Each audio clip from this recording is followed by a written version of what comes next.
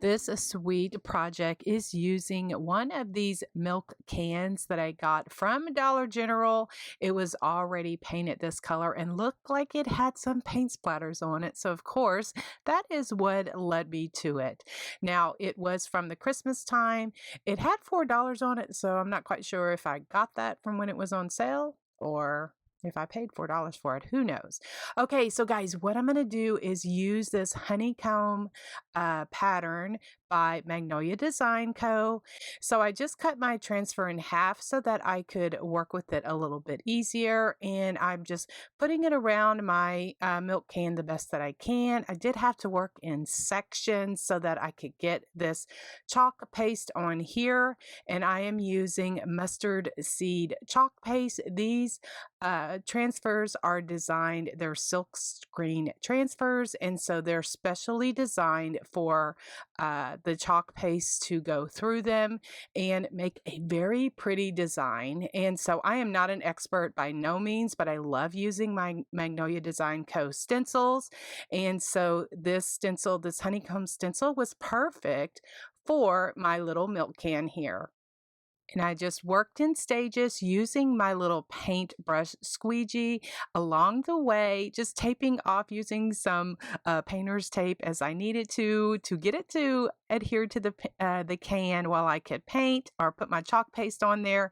And then I had a little bit of bleeding, a little bit of cleanup to do, and that was no worries. I just took my little paint brush and just cleaned that up, and it kind of added a little shading, which you know that I like. And then once that was all dry, I just gave it a coat of polyacrylic spray sealer so that the paint would become the chalk paste would become permanent on my can. So then I weighted down the can, just putting a few rocks in the bottom, then filled it with some styrofoam. Now I'm just going to be just putting some different florals in there. I wanted to make this a very summery, springy, and lots of different grasses that have greenery that has a lot of different whimsy texture to it. Now guys, I get my greenery and florals at all kind of different places. Hobby Lobby, Michael's. I get stuff online from my favorite online sellers. I do have in my link tree, there is a list of all of my favorite sellers. And so the purpose is just really give you, my friend here that's watching, some inspiration as well as entertain you. I receive so many sweet comments and adorable messages from friends who just find it very entertaining, very comforting just to watch just different YouTube videos here. And I'm so grateful because, man, I don't want to cry, but this is my my purpose. The Lord has given me these talents and ideas and just a different gifts that He has given to me, and I'm just so grateful to be able to share them with you. Now, I will share that I was inspired by an arrangement that I spotted on Pinterest, and it led me to Etsy, and not taking anything away from the designer, because the one that inspired me was absolutely gorgeous, but it was $114 plus shipping. And so me, from a person that does design and does like to give good quality florals and different materials, that is the thing when you are pricing your item. And so sometimes we as buyers forget that there's a lot that goes into these little arrangements and that kind of thing. And so I am fortunate that I do sell locally in my hometown of Brenham, Texas. My sister and brother-in-law have a furniture store that has a gift shop in it. And guys, that is where I sell the majority of my items that I design here on my channel. All of my wreaths that I do, and as well as my little arrangements and just the different creations that I create, that is where you can get those. I do get messages and comments, questions all of the time. Where can I buy your creations? Well, for now, I only sell locally because that's just what works best for me and my family. And so guys, here I'm just continuing to put in different florals and just greenery, all kind of different items that are going to just really make this arrangement pop. Now, when I get to a certain point, I'm going to make a bow, and I'll show you how I did that, as well as add several of those little uh, bees that we made in a previous video where I was inspired by one of my friends on Facebook, and I flipped some Dollar Tree carrots from Easter. I flipped them into some cute little bees, and so this is one of the projects that I'm using those bees into, and so I will definitely leave a link for that video in the description so that if you haven't checked it out yet, it is just absolutely adorable how you can flip those little carrots into some cute little summertime bees. For my bow, I'm using these two 1.5-inch ribbons. Both of these came from Sam's Club for spring 2024, and I love that I got these to add to my ribbon collection. So what I'm doing is just making about a 3-inch loop. Now this window pane ribbon is also, actually I got that from Craft Outlet, and so I'm just making 2 loops of that. I kind of like offset them just a tad, holding everything in my hand. Then I'm going to also be using this yellow 1.5-inch ribbon, also from Sam's. And so then I'm twisting there in the middle so that the right side of the ribbon is on top. Now, once I get the loops that I want, what I'll do is go ahead and tie it all together with a zip tie, and then just make that really tight there in the center. And then to kind of really enhance it, just to really make it finish, give that finished look, I dovetail all of the edges of my ribbon. If you're not familiar with dovetailing, it's just where you fold it in half, then go up from the bottom and make a V-cut or a dovetail. That is what we call it. And it just really makes your bow look finished. Now, to attach my bow to my arrangement, I just have this craft floral stick, and I just wrapped some wire around it and then just secured it with some glue, because then that is going to make my bow stick to that floral stick. So what I'm sharing here is this is what I did to wrap around the neck of the milk can, just to make sure everything tied in and made sure everything looked really nice. Okay, so here are my little bees, and so what I'm doing, I have some skewers here, and they're just the natural wood, but I could paint them, but I don't want to, so I just pulled out some yellow washi tape that I had on hand, and then I'm just going to wrap those skewers with that washi tape, and then that is going to give me the color that I want for my little bee pick. And so I just use my paper piercer just to, these little bees are actually styrofoam, so that fits in there really nice. I just secure everything with glue and then just stick them there into the arrangement. I added 3 of those bees in there, and that looks just perfect for this arrangement. So I'm also going to add some pip berries. I get these from Hobby Lobby, and so I have some of these floral sticks. They're kind of like skewers also. I think I got this pack off of Amazon, and so then I'm just wrapping that washi tape, just securing the pip berries to that stick so that I can stick them into my arrangement. And oh my goodness, that was the perfect touch. Guys, if you don't know already, I love pip berries. Those are my favorite thing. I just love them so much. They just make my heart so happy.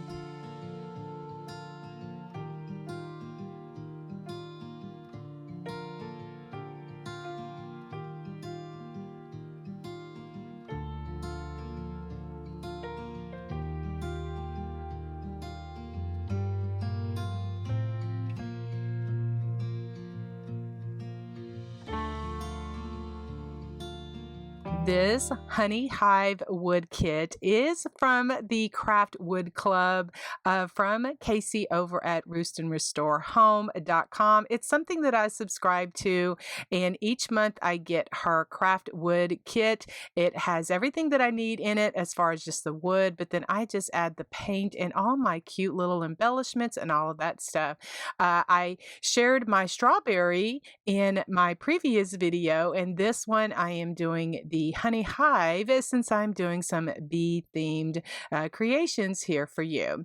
Okay, so this is a honey hive that has been designed by Casey, but my intention is just to inspire you to create other things that you may find if you're interested in having like wood kits like this sent to you. I'm not an affiliate or anything. I just love supporting small businesses. She's a mom of 2 small boys, and I just love supporting my friends who have small businesses. So speaking of the paint that I'm using is from my friend Nicole over at afraidnot.com, and the color of paint that I'm using for this is called Golden Nugget, and I will have a link to Nicole's website as well. And I'm just kind of sharing what I'm using here in my project. And also my intention is just to inspire you to create outside of the box of what you can do to support small businesses, as well as what you can do to create ideas for other things that you may find in the store or things that you want to design for your home. So what I'm going to do, guys, is add some scrapbook paper to my honey hive, just like every other little section. And at first I was just going to add this cute gingham paper that I had on hand, but then I decided to add a couple of more different styles of yellow paper that I had that I thought would go with this. And I just trimmed it down to fit and then just adhered it to my honey hive with some Mod Podge. I'm also going to be adding some shading in Vintage Photo, as well as just using some acrylic paint to add some shading. I'm going to be adding some paint splatters in black and white that I like to do, as well as doodle with my black Sharpie marker, highlight everything with my little detailing brush with white paint. And then also I'm going to hand letter the sign, "What's the buzz?" and then add that to my little honey hive for my little creation. Now this kit, when you first order a kit, Casey will send a spindle base that I just chalk painted and just gave it a little chippy look. And then each month I'm going to decorate the toppers. And then this is something that I keep in my craft room, and it just really makes me smile. Each month I can change out the little topper and then just have this little cute whimsical creation to decorate my craft room.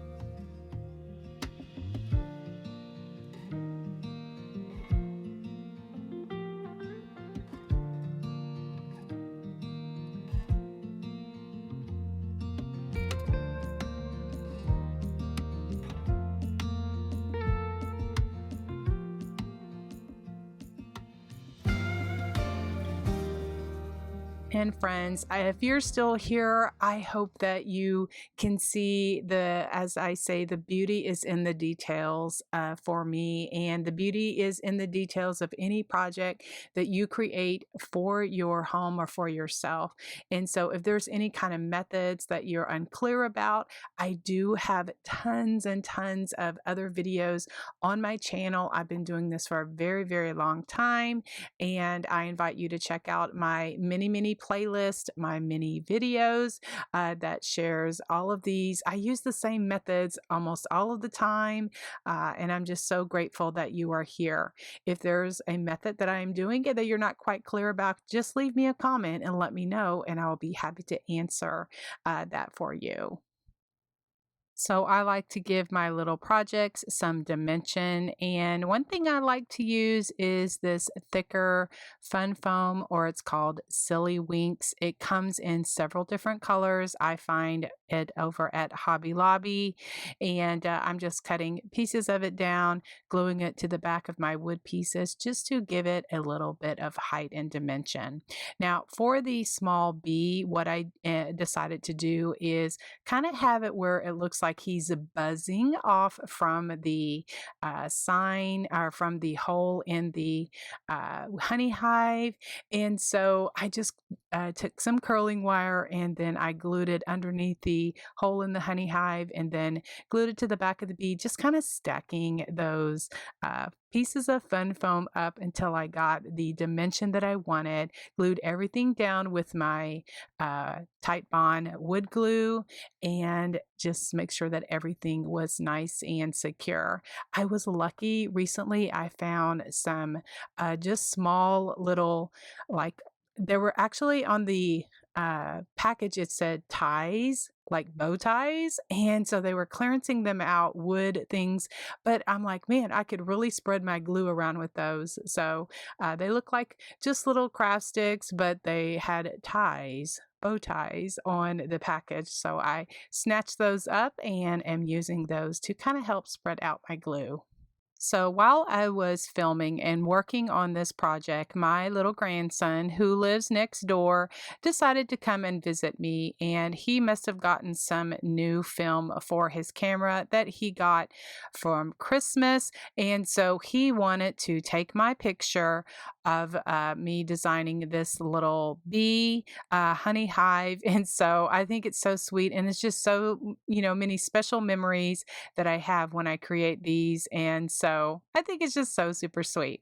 Okay, so guys, I'm just going to do a very simple little bow here. I just have just different pieces of ribbons and trims, some fabric. I am just laying them crisscross. I added some cheesecloth in there, and I was going to do 2 of the laces, but then I decided to just do 1 and just add that black and white Swiss dot, as well as the other little white and black with the little checks on it, or little dashes. And so I'm just using my Tight Bond thick and quick glue, as well as just a dot of hot glue. I use my little clamp to help it stay like that until it dries. And I absolutely love the way that this turned out. This is perfect for summer to create or just have it here in my craft room so that I can just be inspired and just smile every time I see it.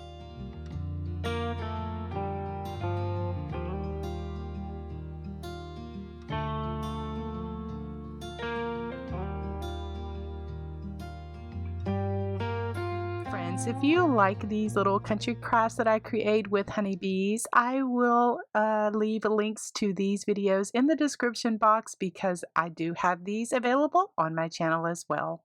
This honeybee rustic sign is using a printable. This printable is from my friend Summer over at Hammond's Nest, and it is honey. It has a cute little bee on it, and what I'm doing is I printed it off of my computer just on ivory color of cardstock, and I will have a link for it in the description if it's something that you're interested in. And so what I did is I just ripped around the edges just to give it the jagged edge. Then I'm taking my vintage photo distress ink and a little finger dauber and just going around it so that I can get the aged look that I want. Now here real quick, I am just showing you how I did the frame. I had shared this first in my strawberries collection video. This frame is a 5x7 frame that I got from the Dollar Tree. I just took out the glass as well as the paper. I'm going to be using the back of it to attach some other scrapbook paper, so I kept that. But just for the frame, this frame had just a little shine to it, but that didn't matter. I'm just taking some cashew chalk paint and a stencil brush, just going around doing some dry brushing, not really worried about that. Once it was dry, I did give it a clear gloss sealer so that it wouldn't chip off. So for the scrapbook paper, I just took some of this, just traced out the back, cut it out, and then I just adhered it to the back of that photo frame. This is just a great way to kind of highlight your little prints without having it be smushed behind a glass. Of course, that is your preference, but I just wanted to have something very simple that I could change out really quick for this season or for this summer. So here I'm just taking off my fresh strawberry sign, and then I am just going to attach my little honeybee sign, and it's just really fun and an easy project to do if you don't want to worry about having to undo those little things in the back and then, put your little thing in and all that kind of thing. And then I just included a little clothespin at the top that I had made a jute bow.